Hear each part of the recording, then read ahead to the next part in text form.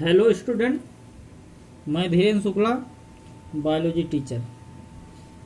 आज 11th का first chapter की शुरुआत करते हैं, जिसमें पहले चैप्टर का नाम है जीव जगत, द लिविंग वर्ल्ड।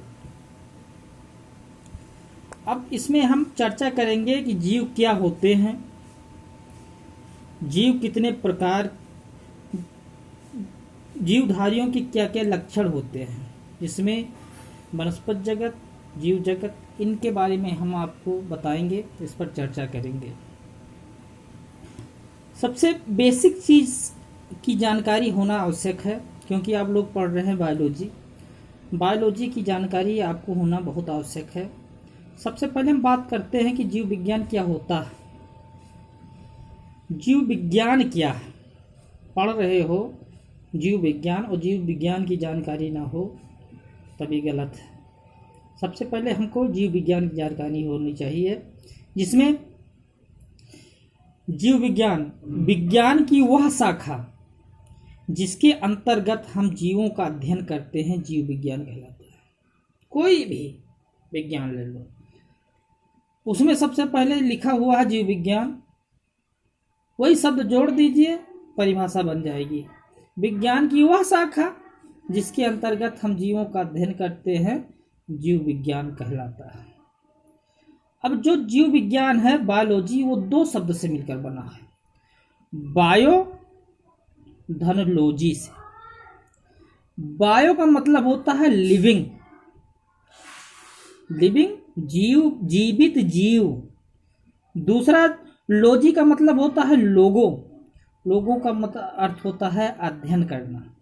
तो इधर से भी परिभाषा हम बना सकते हैं, बायोलॉजी को तोड़ करके हम इसकी परिभाषा बना सकते हैं कि विज्ञान की वह शाखा जिसमें हम जीवित जीव का अध्ययन करते हैं, उनको हम क्या कहते हैं? जीव विज्ञान कहते हैं। क्या कहते हैं?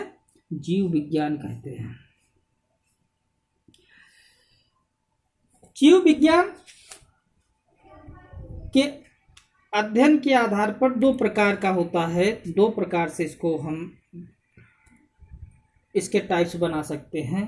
पहला होता है जंतु विज्ञान, दूसरा होता है वनस्पति विज्ञान। जंतु विज्ञान और वनस्पति विज्ञान, इस पार्ट्स में आप बायोलॉजी पार्ट्स में आप पढ़ेंगे जंतु विज्ञान और वनस्पति विज्ञान को ही आप पढ़ेंगे। जंतु विज्ञान क्या है?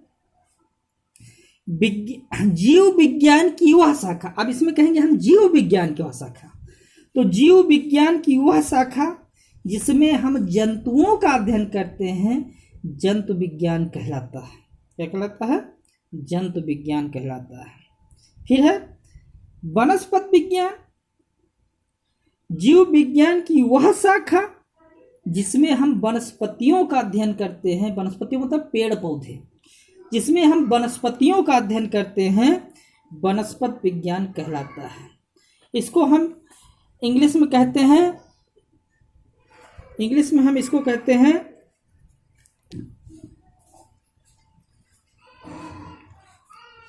जूलॉजी। इसको हम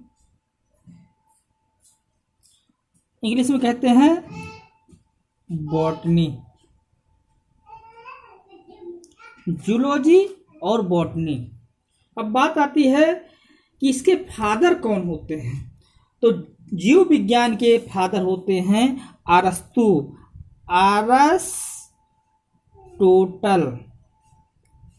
अरस्तु हिंदी में लिखते हैं अरस्तु, अंग्रेजी में अरिस्टोटल। परीक्षाओं में भी आ जाते हैं, परीक्षा जब होती है उसमें सीधे पूछ लेते हैं, अरस्तु न लिख करके अरिस्टोटल कर देते हैं, तो आपको भूलना नहीं है, अरिस्टोटल ही होते हैं। जूलॉजी के भी अरिस्टोटल होते हैं, अरिस्टोटल। जंतु विज्ञान के भी अरिस्टोटल, जीव विज्ञान के भी अरिस्टोटल, और वनस्पति विज्ञान के जनक होते हैं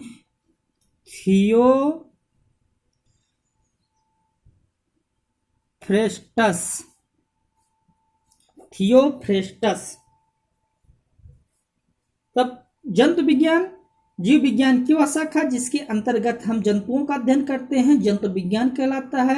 इसके जनक होते हैं अरस्तु। वनस्पति विज्ञान जीव विज्ञान की वह शाखा जिसके अंतर्गत हम वनस्पतियों का अध्ययन करते हैं वनस्पति विज्ञान कहलाता है। इसके जनक होते हैं थियोफ्रेस्टस। बोलना नहीं। फिर बात आती है सजीव क्या होते हैं, सजीव के लक्षण क्या हैं, लिविंग जो हैं उनके लक्षण क्या हैं, आप कैसे जानोगे कि कोई सजीव होता है। तो बात आती है जीव स्वप्रतिकृत। जीव स्वप्रतिकृत, स्वप्रतिकृत मतलब अपने समान संतानों की उत्पत्ति करना, स्वप्रतिकृत। विकासशील, वो विकास करे, चाहे शारीरिक विकास, बौद्धिक विकास, संख्या में विकास। विकासशील। स्वनियमनकारी, वो अपने आप अपने नियम को बनाए। पारस्परिक क्रियाशील तंत्र, उनका एक समूह हो जो आपस में क्रिया करे, जो वाह्य उद्दीपनों के प्रति अनुक्रिया की क्षमता रखते हैं। कोई वाह्य उद्दीपन,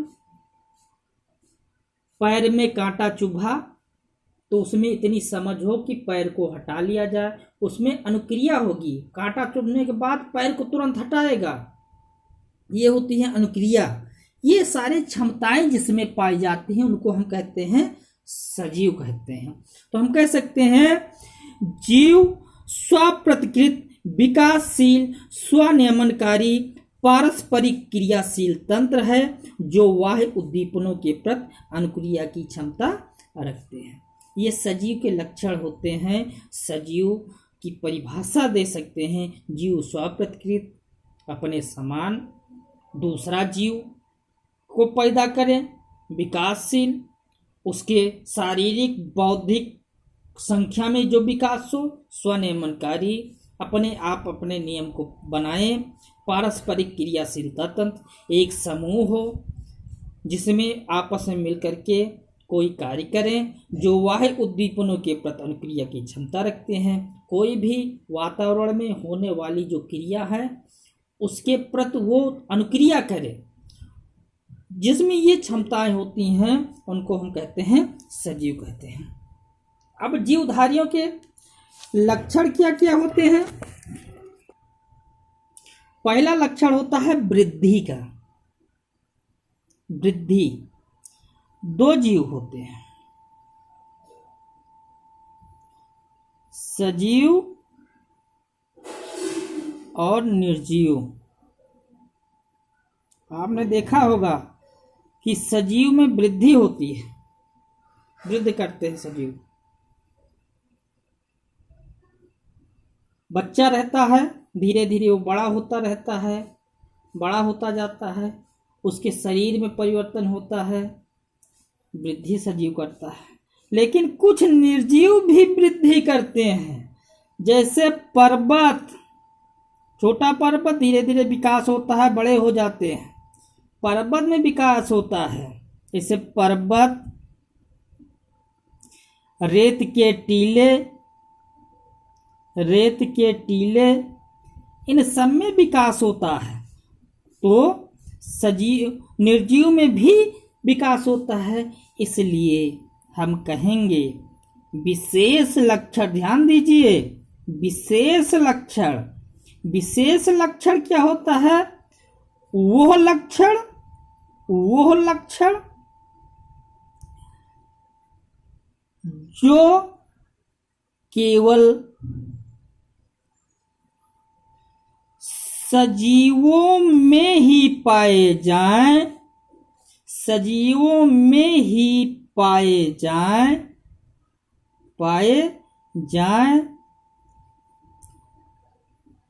वह विशेष लक्षण कहलाता है। तो हम कह सकते हैं कि ये लक्षण निर्जीवों में भी पाया जाता है, सजीवों में पाया जाता है। तो इस प्रकार ये जीवधारियों का विशेष लक्षण नहीं है। फिर है नेक्स्ट है जनन। रिप्रोडक्शन, रिप्रोडक्शन जनन की क्रिया।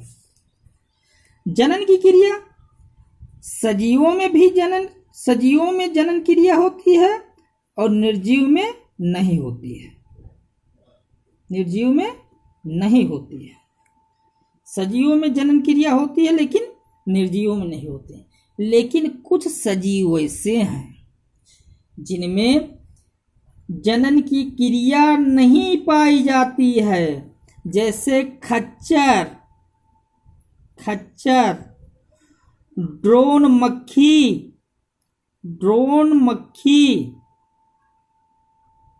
बंध मनुष्य,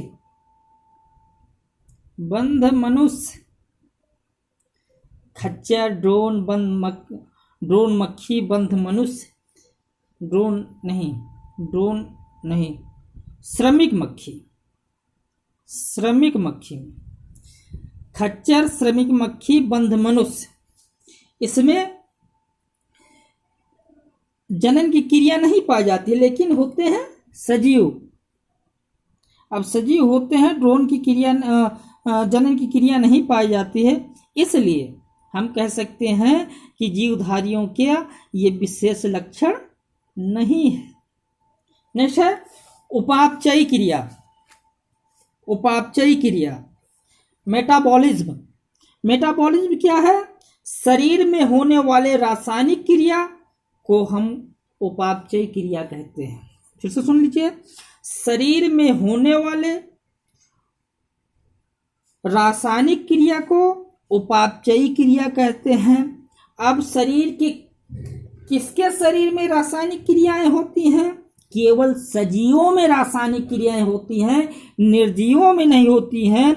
इसलिए हम इसको कहेंगे ये जीवधारियों का विशिष्ट लक्षण है, विशेष लक्षण है। अभी तक आपको एक विशेष लक्षण मिला। नेक्स्ट होता है संवेदनशीलता तथा अनुकूलता, सेंसिटिविटी एंड एडाप्टेबिलिटी। अब संवेदनशीलता,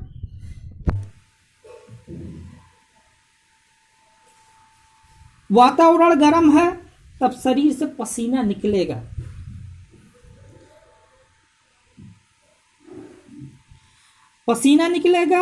तो उस गर्मी के प्रति शरीर अनुकूल होगी, जिसको कहेंगे अनुकूलता होगी। और ये जो लक्षण पाए जाएंगे ये केवल जीवधारियों में पाए जाएंगे, वो निर्जीव में नहीं पाए जाएंगे। इसलिए संवेदनशीलता तथा अनुकूलता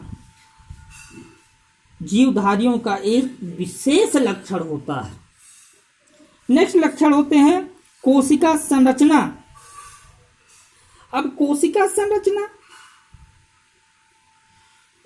संरचना केवल सजीवों में होगा। एक कोशिका से जब कोशिका विभाजन होता है तो दो कोशिकाएं, एक कोशिका से दो कोशिका, दो कोशिका से चार कोशिकाएं,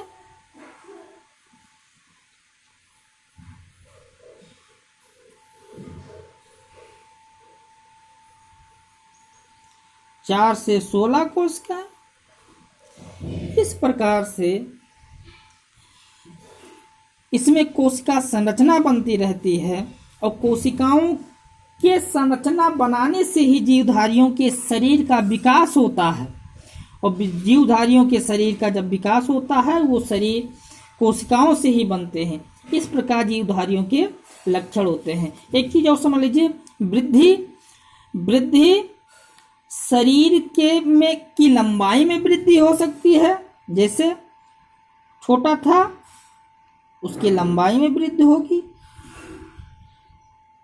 संख्या में वृद्धि होगी, संख्या में वृद्धि, एक था 1 से 2 हो गए,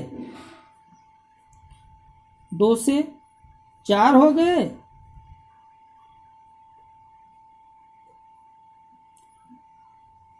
इस प्रकार उनकी संख्या में वृद्धि होगी।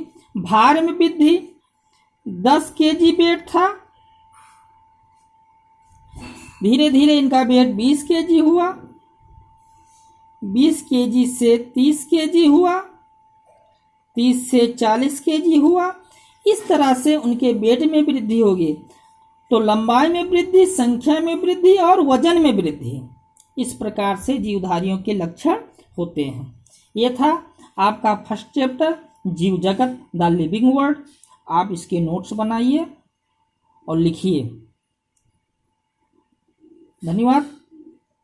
चैनल को सब्सक्राइब कीजिए जिससे बनने वाले वीडियो सबसे पहले आप तक पहुँचे। धन्यवाद।